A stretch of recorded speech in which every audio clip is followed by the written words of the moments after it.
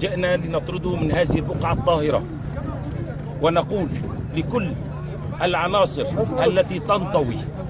تحت كل المسميات مع الجيش التركي المحتل هذا العدوان الغاشم، نقول لهم عودوا إلى رشدكم